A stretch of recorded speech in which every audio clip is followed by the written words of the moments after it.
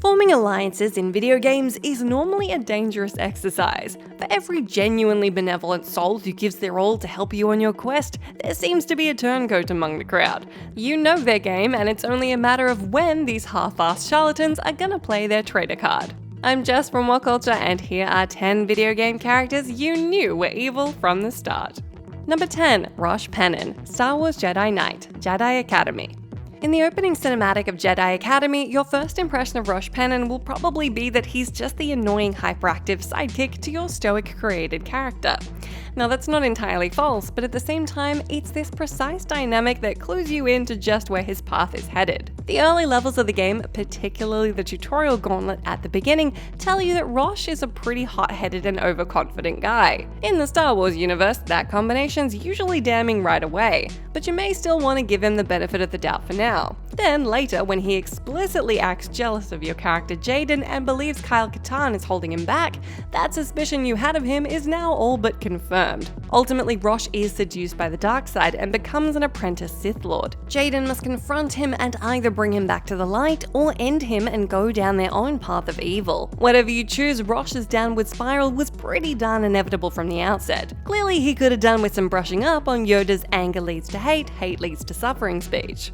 Number 9. COLRESS, Pokémon Black and White 2.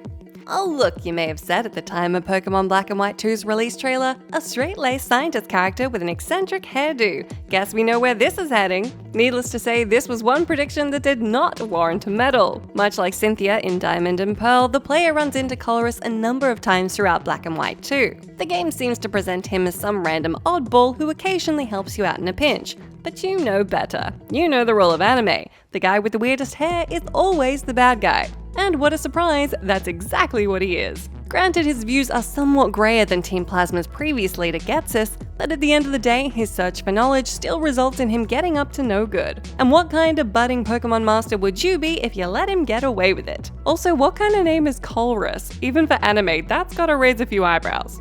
Number 8. ADRIA, Diablo 3. Of the returning series characters in Diablo 3, Adria the Witch was probably one of the least expected. The first game sees her merely as a vendor on the outskirts of Tristram, the staves and mana potions she offers making her invaluable to the sorcerer class.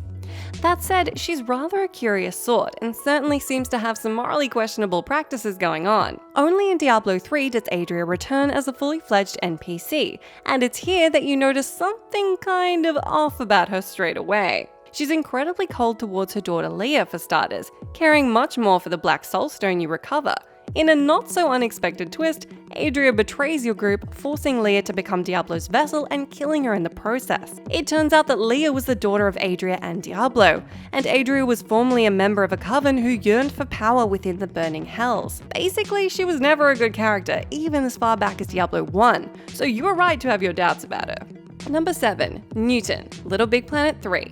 Ever get the sense that a helpful character in a video game is being a little too helpful? This is definitely the case with Newton, who at first looks to be the deuteragonist of 2014's Little Big Planet 3. He tells you of a plan to unleash 3 titans on the world of Bunkum, which must be stopped before it can come to fruition. Convenient though that he seems to bugger off whenever you have to do something important, isn't it? At the end of the tutorial act, Newton reveals himself to be the mastermind behind the whole thing, which is shown by the electricity inside his light bulb head stretching into an evil purple smile. As if it wasn't unsettling enough already. Your mission from that point on, therefore, is to stop him before his own naivety can be the downfall of the whole world. Even from the start, this twist is pretty well telegraphed. Why would someone act so loyal and amicable to you if they weren't trying to manipulate you? Or maybe I'm just confusing that with real life. Plus, let's be honest, you don't cast Hugh Laurie to play the third wheel sidekick, now do you? Number 6. Martin Lee, Mr. Negative, Marvel's Spider-Man. If you're fortunate enough to have a working pair of eyes, then just watching a trailer for Marvel's Spider-Man before release should have given this ridiculous plot twist away. As cool as it is, a simple palette swap ain't much of a disguise. Martin Lee is the head of Feast, a program that offers food and shelter for the homeless people of Manhattan. He has countless awards framed all over his office, and everyone thinks the world of him, none more so than Peter Parker. Any of this strike you as a little too good to be true? Well, it should, because Lee is actually Mr. Negative, the leader of the terrorist group known as the Demons. Due to an experiment conducted by Norman Osborn and Otto Octavius in his childhood, he has the ability to wield negative energy, which causes him to appear photonegative. It's really only a revelation to Peter, because if the trailer didn't give it away, then Martin Lee's blatant overblown perfection was sure to in our eyes. Number 5. The Loyalists, Dishonored. You can count on one hand the number of people who can genuinely be trusted in the Dishonored series. It wouldn't be called Dishonored for nothing after all. So then, after Corvo Attano is framed for the Empress's murder and locked in Coldridge Prison, it's awfully strange that a random group of people he's never met would come to his aid. These people call themselves the Loyalists and spring Corvo from jail so that the corrupt powers that be can be disposed of, and the Empress's daughter Emily Kaldwin restored to her rightful place on the throne. The trio of men are practically your only friends in this world, so you undoubtedly feel you have no choice but to trust them. However, the more you carry out their work, the more they begin to worry that the consequences will catch up to them, and so they kidnap Emily and attempt to poison Corvo. From the moment you meet them, these characters give off really bad vibes. There's Admiral Havelock, a battle-hardened former naval officer, Lord Pendleton, a slimy sycophantic snob, and Overseer Martin, who's literally part of a sect of religious zealots. Makes sense now you spell it out, doesn't it? Number 4. DAINA GUIN, Dead Space 2.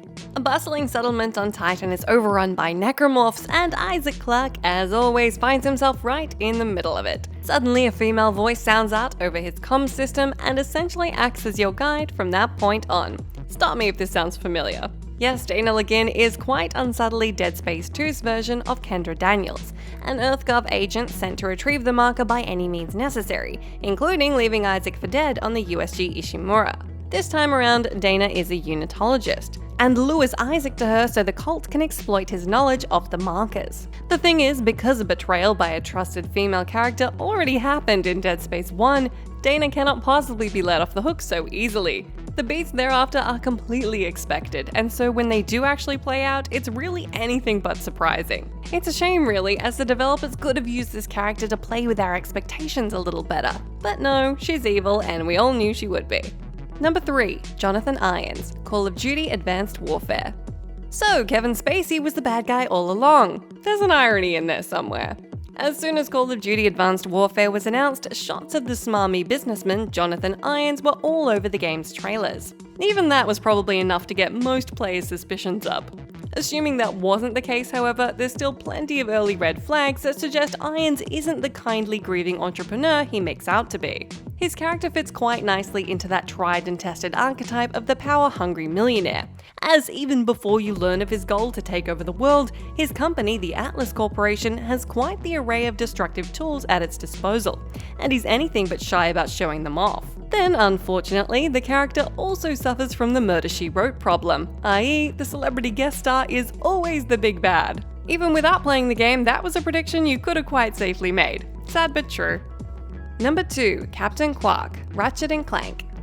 To an extent, you can forgive a fairly predictable plot twist in a game with an already less than serious tone, but even then, it's pretty staggering just how little this character seems to commit to his initial charade.